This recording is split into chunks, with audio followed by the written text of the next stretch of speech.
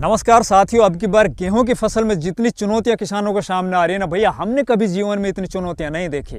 मैंने बहुत से खेतों की विजिट की है, उनके अंदर स्थिति यहां तक पहुंच चुकी है कि खाने के दाने तक नहीं है। और वो किसान सबसे ज्यादा परेशान है जो किसान दूसरों की जमीन बटाई पर लेकर बोते हैं। वो अपने बच्चों के लिए क्या लेके जाएंगे और बटाई वालों को क्या दे जाएंगे।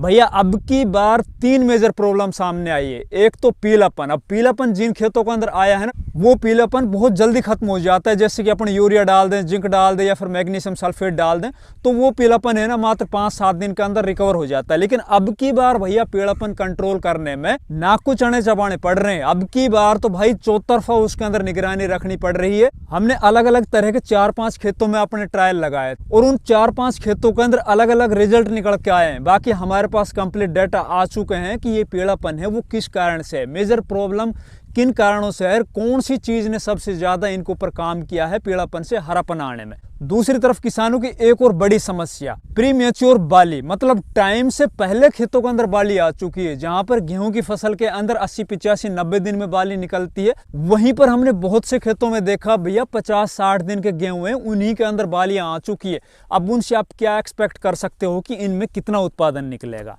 लेकिन दोस्तों आप घबराइए मत, मैंने जितने भी ट्रायल लगाए थे उन सभी के रिजल्ट आप लोगों को मैं बताऊंगा।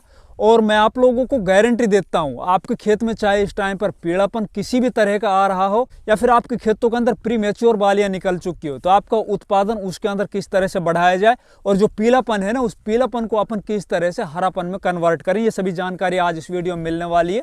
तो नमस्कार, मैं इंद्रपाल और आप देख रहे हैं देश का सबसे विश्वसनीय फार्मिंग यूट्यूब चैनल देश की जान हमारे किसान।